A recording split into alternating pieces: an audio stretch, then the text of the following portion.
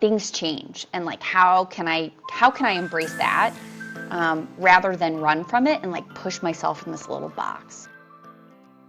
Welcome to Tearing Up My Heart, Emotional Leadership Lessons, the podcast where we explore the connection between emotions and leadership.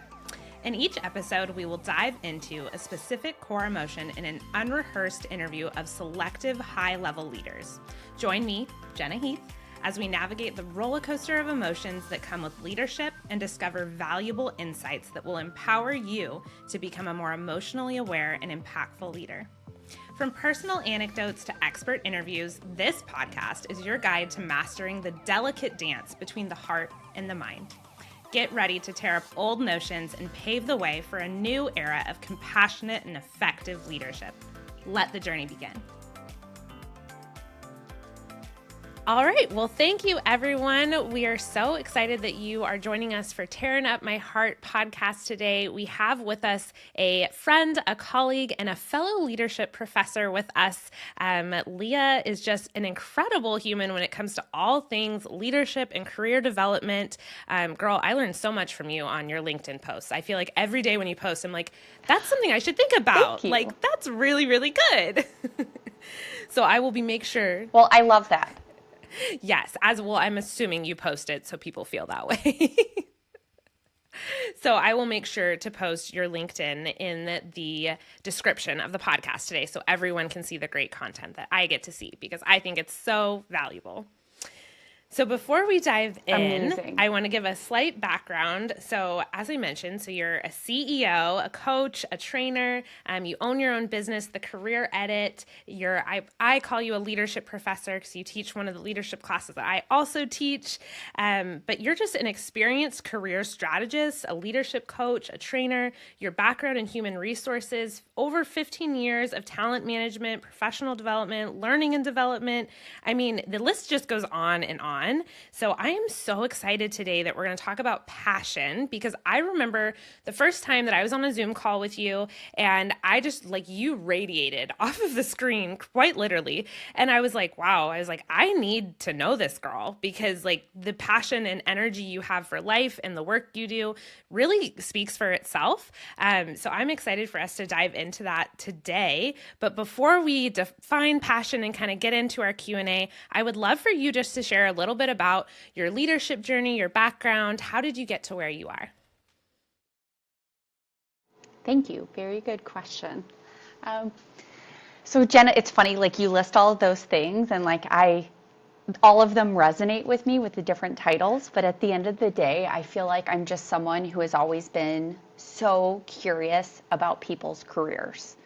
I'm the friend who I may meet people along the way and may not remember, their spouse's name sometimes or where they live, but I will know like the innermost details about what they did and how they grew in their career. So that's always been something I've been interested in. And I feel like it goes back all the way to my childhood. When I was little, I had a lemonade stand that I was like very passionate about and put together like a little business plan and a hierarchy, and I made my friends interview for those jobs. And that is a bit aggressive for a 7-year-old, but that just tells you a little bit about where my mind has been of like, I want to build something. So in my professional career post-college, I have always worked in the HR space in some shape or form. Benefits, recruiting, employee engagement, training and development. And the one thing that I found as a common thread was I have always wanted to help people grow in their careers. And I play that role with my friends too, so it's not just something that I do in the workspace, but I tend to be the person that people came to, whether it was in the office or my friends calling me on their lunch break saying, oh my gosh, listen to this, I'm in a jam, or a job just opened, I don't know what to do to how to position myself, or I'm dealing with like a really heinous leader and I don't know how to communicate with them. And that's always been like my sweet spot. So when I went on my own and decided to officially spend all my time and energy working on the Career Edit, which is my company, it just seemed to make sense to like double down on the things I love the most. And as you mentioned, some of those things are coaching, training, and anything learning and development oriented. Those are my jams. And that includes things like teaching, education. I love that backstory. And it is so funny the amount of people that come on this podcast and make Vegas references that probably don't know they're making Vegas references. Like, I bet on myself. And I was like, wow, wild, especially because you don't live in Vegas. So that makes it even more fun. But I think that even as you describe your backstory, I can hear that passion in your voice. And I so deeply resonate with that because I remember when I graduated undergrad and I was starting grad school, and I still didn't really know what I wanted to do with my life. And I kind of just fell into career coaching at a university, and I loved it. Like, I loved being able to look at people's resume and see all the weird backstories people had and being like, oh, you could leverage it for this or you could try that. And I think I really believe that everyone probably needs a career coach in their life in some capacity, whether they're job hunting or not, because I think everyone needs that person just to help them really think and reframe maybe where they're at in their career, where they want to be. And I really see you do so much of that work. And I think one of the things I remember you kind of kept going back to is like, what are you passionate about? What do you want to do with your life? Like, what are you called to do? And I think that I've really started using some of that language with my students because I think everything in our life, we have seasons, right? And so I always ask them, I was like, okay, well, like maybe this isn't a great season, but maybe it's opening you up for better seasons that are more in alignment with what you're passionate about, what you love, what you're called to do, whatever it might be. So I'm pumped because I think this is going to be a great conversation. So to get us all in the same framework, so we're defining passion as a profound and intense feeling or enthusiasm towards something, whether it's an activity, pursuit, cause, or person. It's an emotion that drives individuals to invest significant energy, time, and effort into what they love or believe in, often fueling creativity, determination, and a sense of fulfillment. I feel like you and I probably both love that word fulfillment. Like, as I said it, I'm like, all these thoughts come up. But I'm curious, just to start us off on honestly probably a really hard topic, but I'm going to go there anyway. What advice do you have for leaders who are struggling to reconnect with their passion? Ooh, that's a really good question. And I think I would start by asking at which point in their leadership career they're in. That would be like one of my, like, as I think about a diagram on the wall of like, how do you solve this problem? Like the yes, no, kind of like matrix there.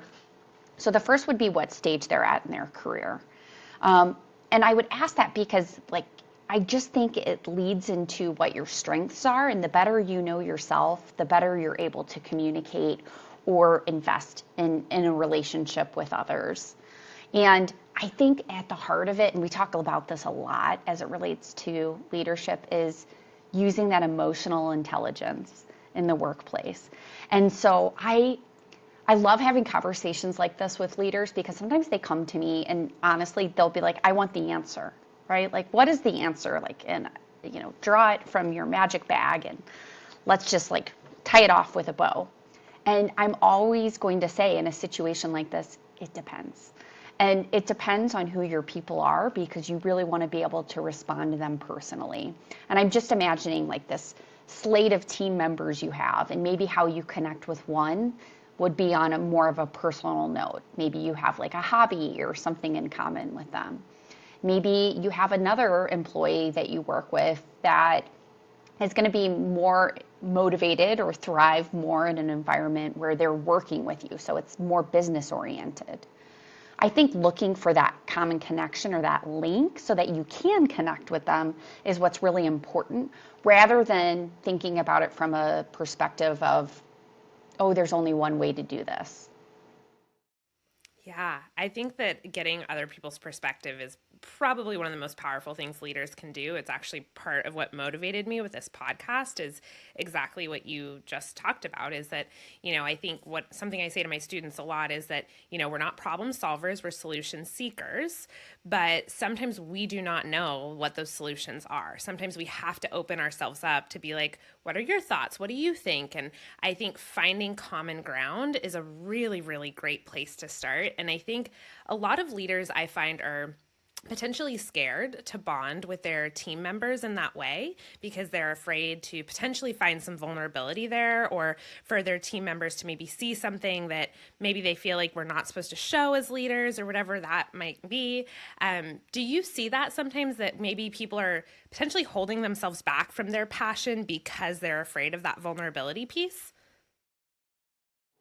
Of course, yeah, for sure. And I see people like really hesitant as it relates to certain personal issues. I talk a lot with my clients about things like how they approach disabilities in their job search, or how they approach building relationships with a team where there may be a more conservative or stricter hierarchy. And both of those areas, even though they're very different, they speak to the same thing, which is like, how do you go about talking about these difficult issues with the people around you in an environment that may be a little, you know, like litigious, I guess you could think about it, as it relates to personal items.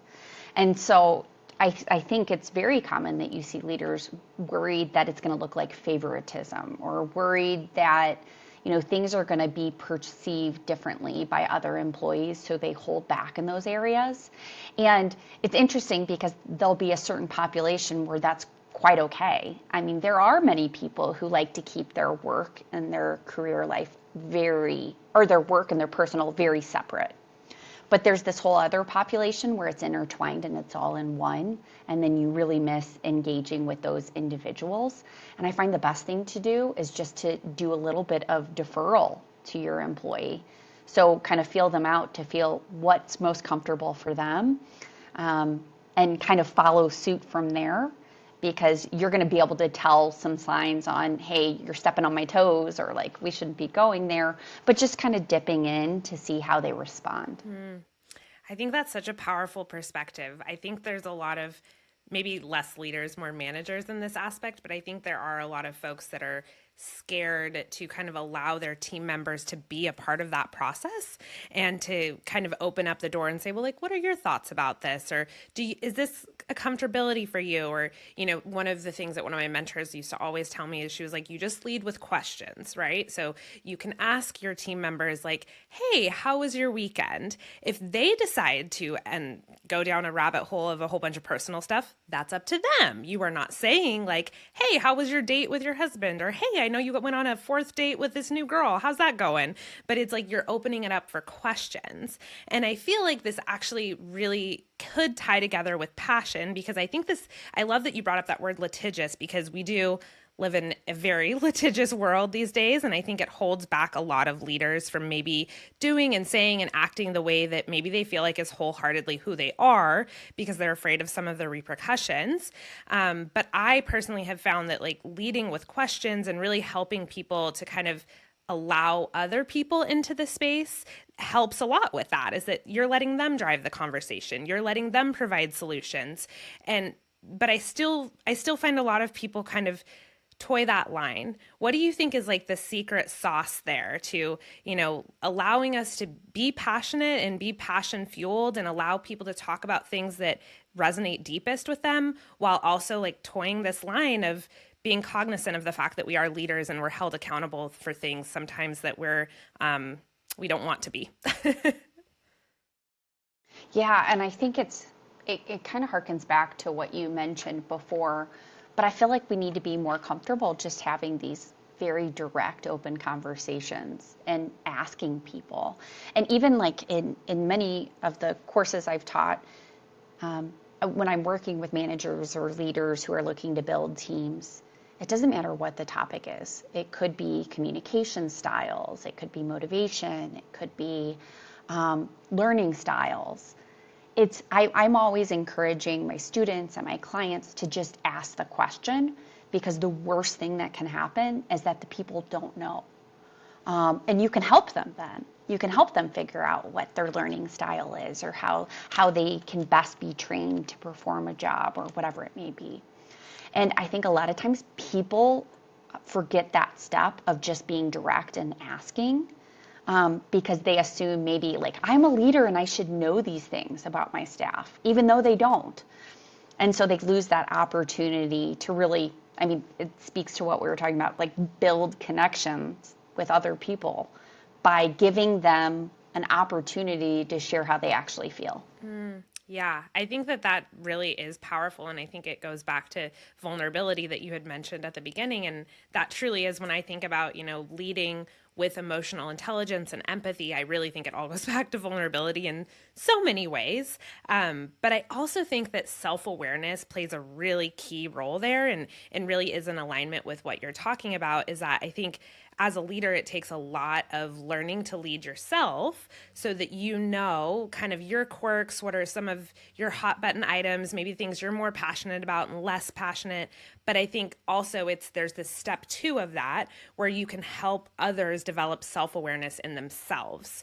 Because I often find that, I think I'm a fairly self aware person at this point in time, but I always room for improvement, 100%. But I think I've learned that at this point in my journey, it's really about I have to learn how to help other people develop self awareness to at a much higher level so that we are able to kind of move the train forward, so to speak. So how do you think we can go about doing that in a way that doesn't feel so hierarchical and doesn't feel like, hey, like I really need you to be more self-aware about what you're doing right and what you're doing wrong, but more so from this phase of like, I want to help you grow and develop, and self-awareness is a critical skill for that. Yeah, I think there's a few different ways. Like the one that strikes me first is probably more traditional, and it's just kind of embracing self-awareness as a form of team building. Because I think we all know, like, we love doing things like the personality assessments or work style assessments and finding out, like, what your peer, your cube mate, your neighbor, like, what is their style and what are they all about? And it builds cohesion, but it's also a way for us to become more aware of our preferences and our styles. The other thing I like to do a bit of thinking about as well is about where your energy comes from. And I think talking about energy is just such a different topic than talking about, like, Jenna, what is your preferred communication style? Rather, me ask something like, Jenna, where do you get your energy from when you're interacting with other people? And I think people feel like way more comfortable to ask that question because it doesn't seem like there's a wrong answer of where you get your energy from. Versus if I ask about styles, maybe there's this like preference that we think is hidden within there. So I always like to lean on that a little bit more. And I think energy is so important because it really reminds me of the fact that there are things we are all really good at doing that we hope to never do again. That we're great at, that our supervisor loves that we do, that, our peers love. But there's a part of it that just drags us down. And if we had, any say or control over that, we wouldn't be doing that particular project or task or what have you again. And so that's why I think about energy, because that's how you really get in touch with what's natural, what's comfortable for you, versus thinking about kind of what I think of as a lot of times when we look at styles and preferences, we look at things like performance feedback. And that's other people and like their thoughts and their opinions. And again, they may love how I do something, even if it sucks all the energy out of me. Yeah, I think that's a really, really interesting perspective because I think it goes into organizational culture. And I think that I think there's some organizations that are leaning into this right now with our changes in workforce and things like that. But I do think this is still a little bit of a more unique transition, I guess I would say, is thinking about, when you hire people, like what are they best at and how does that work within your team instead of hiring someone for a certain role or a certain job duty. It's like, well, no, that job description was developed 20 years ago. We don't know who that is meant for. But like Leah comes to us with these really specific skills, maybe we hire her to work on these things and then we hire other people to fit in our other gaps. And I think in an interesting way, this goes back to I believe that energy around a team is actually really critical. Is that, if you're having 10 people on your team who all have crappy attitudes, for lack of a better word, it brings everything down, right? But if you have 10 people who are working in their strength zone and feel really passionate about what they're doing, everyone's excited to show up at work every day and everyone's excited to work towards the common vision. But I find often that leaders kind of get stuck in maybe this older style of hiring and just organizational structure. And they're like, well, this is how we do it. This is how we hire people. This is how we function. And granted, I understand some organizations are built in a way that it is what it is. But I'm curious that maybe folks that are in those organizational structures, how can we encourage people to work in their energy zones and work in their strength zones and really figure out how we can build passion into the work we're doing? How do we go about doing that? I always think of it, that's a really good question, but I always think of it as like a marketplace. And that's how we really need to position our teams, is in such a fashion that, like, when Jenna's good at something, it doesn't take away from someone else. It may shift where the opportunities lie, but when we think about it like a marketplace, and everyone can bring their best self and say, hey, where can I use X, Y, and Z? It's almost like, they have these like mini PR campaigns per se about what they're good at, what they want to do. And I think, helping leaders see that like what we're looking to build is complementary skill sets. People and teams and projects that work well together, rather than a strict profile that fits into like a tidy, neat box. And I just want to say, like, I know that's incredibly intimidating to some people, because there's this whole like mind or thought process around the fact that people are not 100% committed to their jobs forever, right? Like, we don't know how long our employees will stay in their seats. So how or why am I going to hire to fill the current structure today when I don't know what it'll look like tomorrow? And so I think that's a part of the ambiguity and the unknown that comes with leadership. But I feel like it's the right thing, and I feel like it's the best opportunity to do, is to use the people you have to create a structure where they can show up and do their best work, and really add people who broaden the pie rather than just, fill in a small nugget of it, if that makes sense. Yeah, absolutely. So let's lean into that ambiguity for a moment, because I feel like we've talked about this on the podcast a few times, and I think it's actually a really powerful concept, is that leaders really do have to be willing to lean into the unknown. I think there's really very few constants when it comes to leadership development, and I think one of them is change, and one of them is the unknown. And that's really it. Everything else is like constantly different and changing. But those are the two things we know for sure will show up every single day. Is there's probably going to be some change, and there's going to be some unknown, and we have to lean into that. So I kind of want to flip this question slightly. So I'm an employee, let's say. Well, I actually am, but let's say in this example, I'm an employee, and I show up to work and I'm given this project. I'm super passionate about it and I love it, and I do an excellent job. And then that project is over. And now my manager gives me something totally different, unknown, a lot of change, and I'm rolling with it. I'm like, okay, I'm good with this, but it's something I'm way less fired up about. I'm not as excited. I'm going to do it because it's my job. But like, I'm starting to feel some sort of way about it. And I'm like, oh, maybe I want to go find a job where like I get to do more of project one, and I really get to lean into those passions. And so instead of just escaping into that reality and being like, I'm going to go apply for new jobs today, how can I go about maybe like leaning into that unknown and having that conversation with my supervisor and saying like, hey, project one was like really, really life-giving to me. I loved showing up to work when I was doing project one. I was super, super passionate about this. How can I do more of project one and less of project two? Yeah, I think you're speaking to the fact that about employee leader relationships, and about how kind of overcome they are with different pieces that we just don't know how they're all going to work out. There's a lot of fear involved with speaking to our manager and speaking to them openly about our thoughts or opinions. I know sometimes people feel retaliation or fear retaliation, that they're going to be penalized for voicing something. And I think it's all about approach.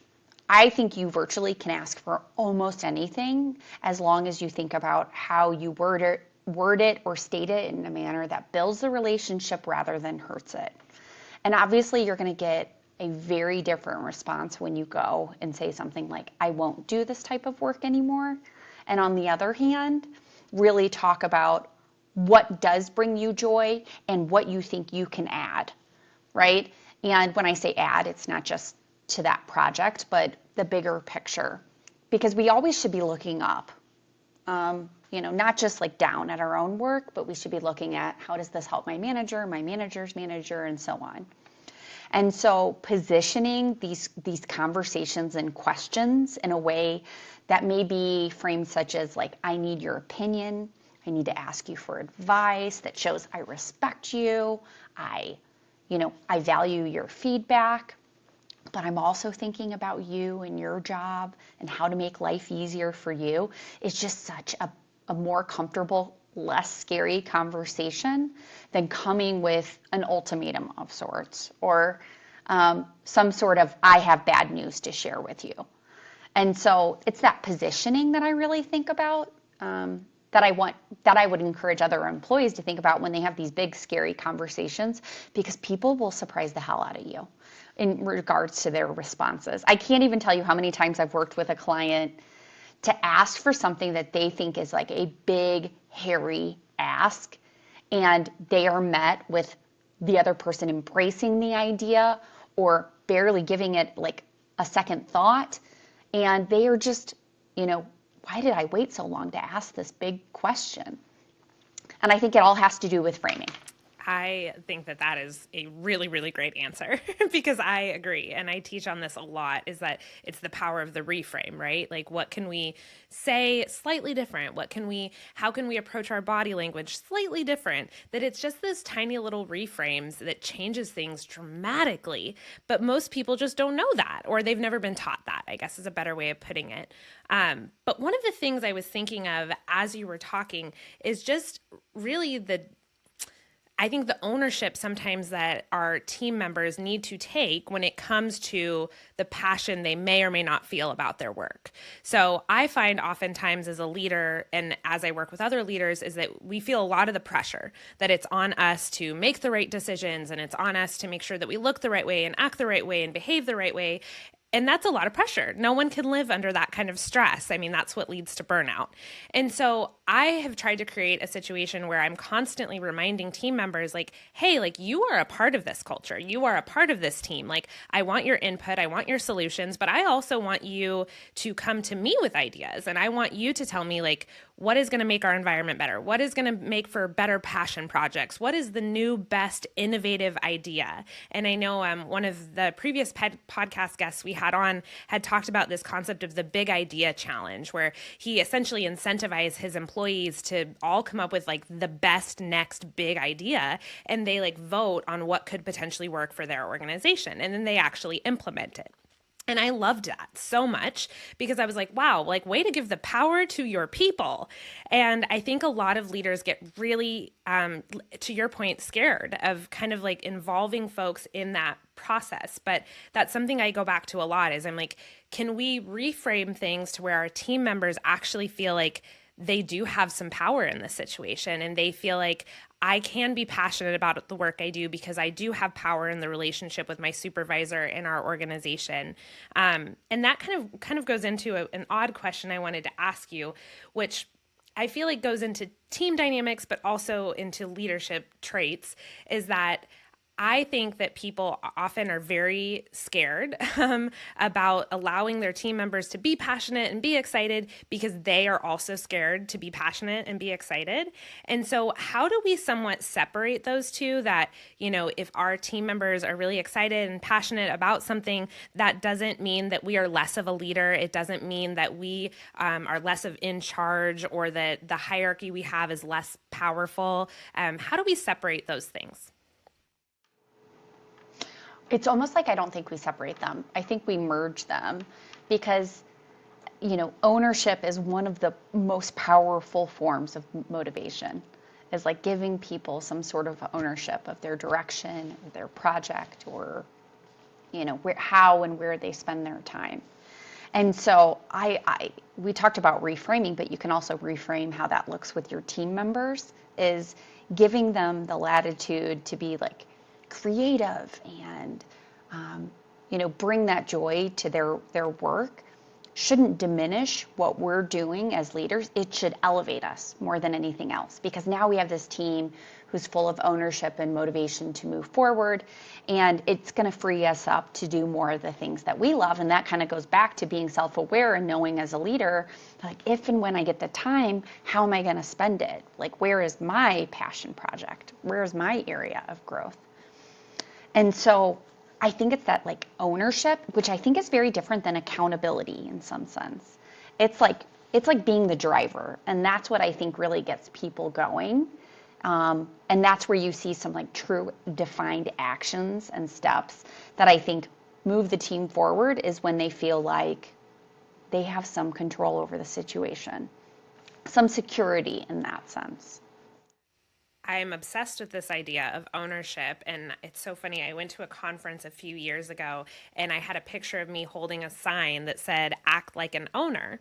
And I never really like understood it. Just at the time, I was like, this is a cute sign. I want to take a picture with this. And as I started leading teams, I was kind of like, oh, wow, like, there is a lot to giving people ownership of projects and tasks and not feeling the need to micromanage everything, which I think is scary, especially as a young leader. You feel a lot of responsibility, and so you kind of feel the need to micromanage things, and then you realize that people don't like to be micromanaged, and that does not equate to success in any way, shape, or form. But can you share a little bit more about, how do we develop owners within our organization? How do we create that kind of buy-in? Like, what does that culture look like to you? Yeah, I mean, as we think about work and we think about projects, I think a lot of it has to do with transparency. And that's what I think holds a lot of people back, is that leaders maybe feel like there's a layer of information they don't share further down the ladder. Maybe it's like a sense of control on their part. Maybe it's because they don't know how it will upset the apple cart on the team if they share. But I think like encouraging people to be more transparent and to like refer back to the why can be really helpful with employees and adult learners, is helping them understand the big picture. And once they know that and they can see like, what is our target? What's our goal? Then I think it's much easier for them to develop almost like a platform for them to get more skin in the game. Because otherwise, they're really just doing as they're told. And so until they really understand what that big picture is, I think that makes it extremely hard. So you have to be really good about like creating that vision for change, that vision for the future, and helping people see what that could look like so they know where and how they can contribute. Dang, that was deep, and it really just made me rethink a lot of things. But I love this idea of kind of thinking about transparency further, because I agree with you. I think a lot of leaders are scared to lean into transparency for a variety of reasons. But I also think that something that oftentimes leaders forget is that how we act is a model for the people that work with us and around us and our team members. And so if we are kind of walking around eggshells because we don't want to be fully transparent and we're scared of how that might affect other people or what they might say, then that's how team members are going to be with us. And then we get frustrated because people aren't telling us the truth, and they're not, or maybe not telling us full truths. And we're like, what is going on? Why is our culture so weird? And I'm like, well, you're the model. They're watching you. So how do we embrace transparency instead of being fearful of what that could lead to? How do we embrace a culture of transparency and helping people see that this actually leads to really healthy workplaces, really healthy relationships, and allows for a lot more success long term? Yeah, I mean, I think as far as embracing transparency, it's something that does roll from the top down. So I think that's something to think about as well. It kind of goes back to that origin story of like, when you first arrived at that company, what was the culture like at the top? And it's very telling with how much information they share during things like the interview and offer process. That's a little bit of insight into the culture. But I think as far as promoting transparency, it can just be having open access to tools and platforms and projects. And I'm thinking of something really simple, Jenna, but I know that on several of the teams I worked with, we had like a share platform. We used Asana as a project management tool, and everything was very visible.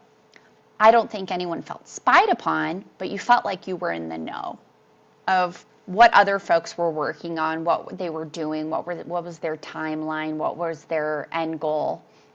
And I think this level of sharing, this knowledge sharing, can be really, really helpful as it goes to promoting, a sense of culture that people are open to share information and want to, rather than information hoarders, which I think we see in a lot of places, especially people who maybe have longer tenures. We do see that, those two things are tied on occasion.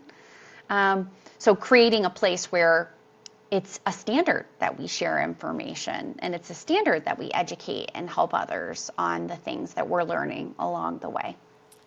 That seems like a really powerful art of transparency. I'm thinking about even the basis of, when you ask a colleague, like, hey, can you do this for me by Friday? And it's Thursday. And they're like, I have a task list like a mile long. Like, why could you not have thought ahead or whatever? But then they kind of spiral because they're like, oh my God, how do I communicate this to you without being rude or whatever? And I'm like, oh, wow, like a shared task list. That would be really powerful that you could just check and be like, ooh, Jenna has a really rough week. Like, I'm going to ask her to do this next week. Or could also help people with time management.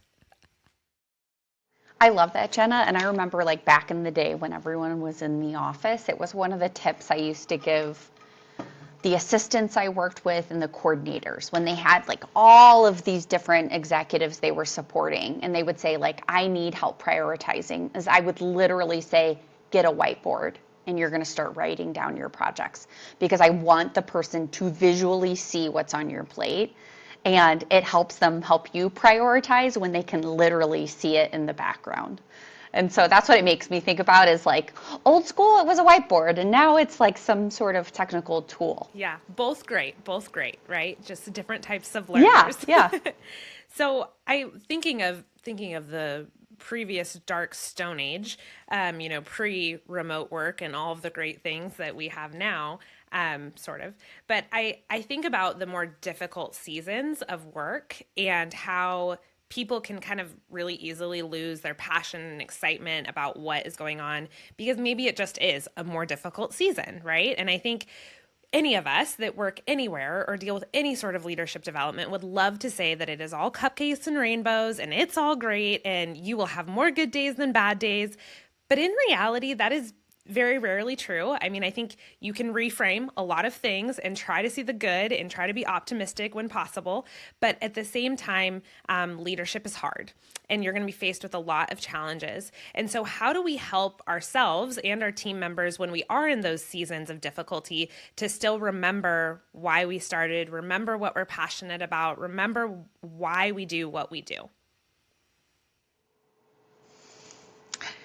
This is a totally different answer to your question, but I have to say it's like the first thing that came up as you were talking is I was like, we need to be okay having conversations that it's okay to not want to manage people or be a leader. Because I think, that's often overlooked in an environment. There's this assumption that if you're good at your job, you're going to get promoted and you're going to get promoted to the next level. And it always leads eventually to team leadership. And I think people figure it out. Sometimes it's the hard way that, wow, like my time and energy is not being spent how I would like it to when I've moved up to a leadership role versus when I was an individual contributor.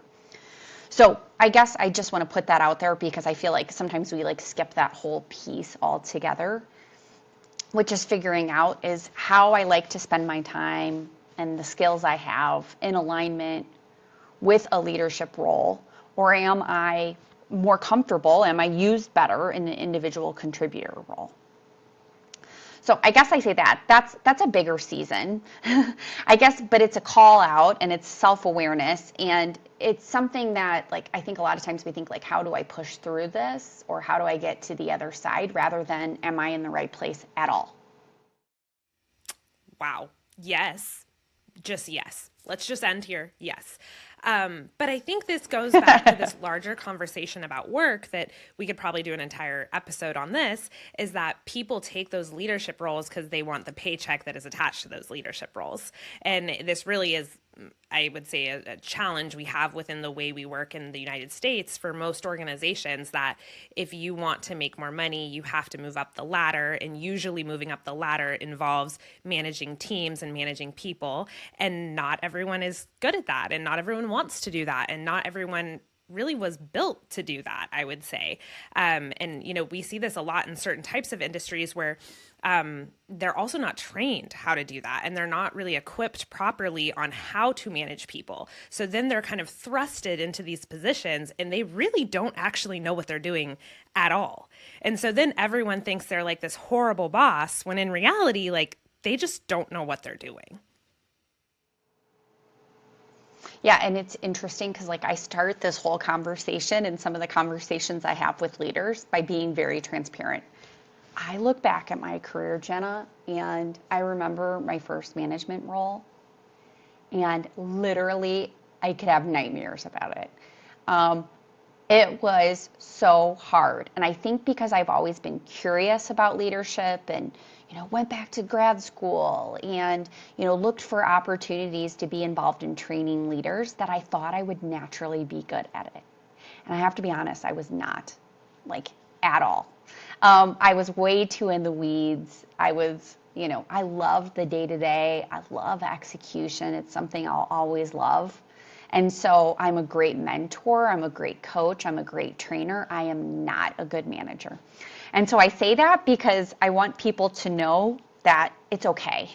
And that I had to, go through kind of like this battle with myself to figure out where I thrived.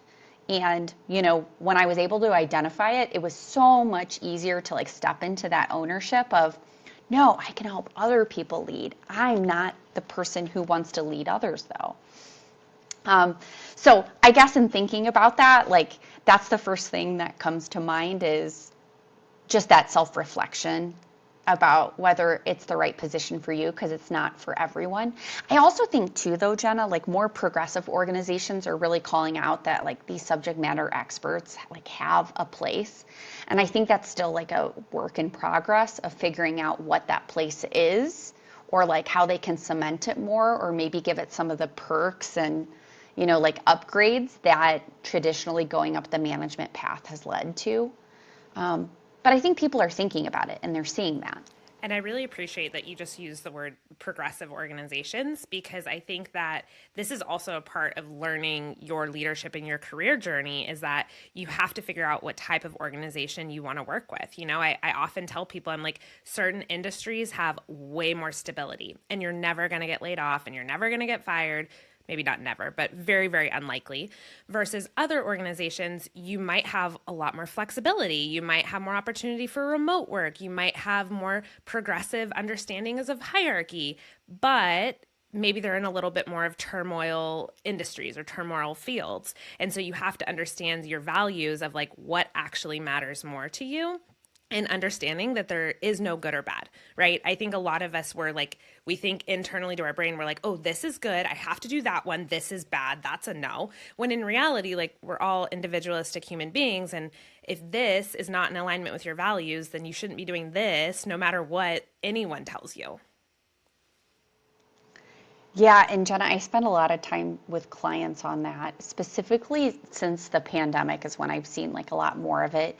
But is people asking that whole question, is what I'm doing making me happy? Like, is this where I want to be? Is this how am I in like Groundhog Day, or is there a place for me to find an area for me to work more on the things I really want to? And what I think is so interesting about that is that number one, you have to be like very self-aware of that, but it's very normal for people to fight with themselves on this. And so like I spend a lot of time with my clients who are going through these like big, what I think of as like mid-career shifts. And where they are literally fighting with themselves of, you're supposed to do this, I should do that, right? Like they're shoulding themselves all over. But just to get to the point where they start to accept, like, hey, my priorities and my targets were different XYZ years ago. What are they now? Like, how can I be true to myself now rather than stick to this goal or this image that I had, as a fresh college graduate? Things change, and like, how can I embrace that rather than run from it and like push myself in this little box? Yeah, and I think this is a perfect way to put a bow on our passion conversation is that, it's okay to believe and lean into the fact that like passions change. I really do believe that there's seasons of life where, right, like you said, when you graduate college and, whatever age you're at when that happens, but you might really be excited about this one thing and you have so much passion around this one thing. And then maybe you get married, or maybe you have kids, or maybe your adult children move out of your house and like your passions change and how you get energy changes and how you want to spend your time changes. And that's okay. But I think, like, to your point, you have to be willing to lean into that self-awareness that like we are human beings. We are actually made to change. That is a good thing. But I think there's a lot of scarcity around that and fear, and it really holds a lot of people back, which I feel like we could also talk about for an entire episode. But that does lead me into my final question for you, which this is how I've been choosing to end all of our podcast episodes. And I love it so much because I think it just shares a lot about how different people view emotions and how different people view leadership in collaboration with emotions. And so I firmly believe that fear is probably one of the most powerful emotions that human beings witness and have to deal with in some capacity. And so my dream in life is that if I could take away everyone's fears, I totally would, because I think everyone would do such cool things if they believed that there was no fear around it. And so if you had no fear, no anxiety, like nothing of that sort, what would you be doing with your life? Ooh, that is such a good question. Okay, hold on. No fear, no anxiety. What would I be doing? Jenna, like my heart goes to one place right away, but I would probably be working with and training dogs. Um, and I don't know why that would be like such a fear right now, but it just goes back to like what I am really passionate about. And I have like a little dog who's like my best friend's sidekick, and I can think of nothing better than working with him all day, and kind of going through that with other dogs too. I think something like that when I think of like how I would spend my time. Um, I love that I I don't answer. know if that, I love yeah, that I was gonna answer, say. especially because this last Saturday I went to go get cat food and there was 40 puppies that were up for adoption at PetSmart, and I somehow ended up holding this baby black lab, 11-week-old black lab, for like an hour. And I was like in tears when my husband was like, "We cannot have another dog right now. Like, I get it, but like this is not a good time for us." And I was like, "Are you sure?" Because I think I have about 100 answers to this question, but one of my answers would be I would be a stay-at-home dog mom and I would have like 100 dogs. Like, I don't know if other people follow, there's this couple on social media that they have like 20 dogs and all they post about is their dogs. And I'm like, I want that to be my life where I just want to snuggle with dogs all day, every day. That's it.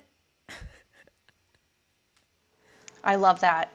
I love it. It's funny because like my brain went to two different places. It was like the dogs, and then the other thing was I stole this word from my friend Katie. She's a leadership coach, and she has a word for the year. And I heard it, and I was like, I am stealing this, and it's unapologetic. And I just like love that word for this year. So when you talked about like scared and fearful, it was like, I want to ask for all the things that I really want this year. I want to like negotiate. I want to like take what I think I deserve. Like those are the things in like my day-to-day life I think about. And then on the other hand, I think about just being like a really cool dog mom. Yeah. I feel like all of us probably have that sense of like reality versus maybe our dream fantasy. That's amazing. Yeah. Well, thank you so much for sharing and thank you for being with us today. I am really excited about all the tactful answers you gave and just really giving people really practical steps to work on their leadership and work on how to build passion in themselves and their teams. So, thank you again for being with us and sharing all of your amazing insight. You are welcome. Thank you so much for having me, Jenna. I know you mentioned it at the beginning, but I feel like if you saw any sort of light in me on our team calls, it was like the same energy just emanating from you as well. Oh, thank you. Thank you for joining us today on Tearing Up My Heart Emotional Leadership Lessons podcast. I hope you learned so much and are ready to tear up old notions and get started on your leadership journey. Make sure to follow us at J. Heath Moreno, and I hope you'll join us next time.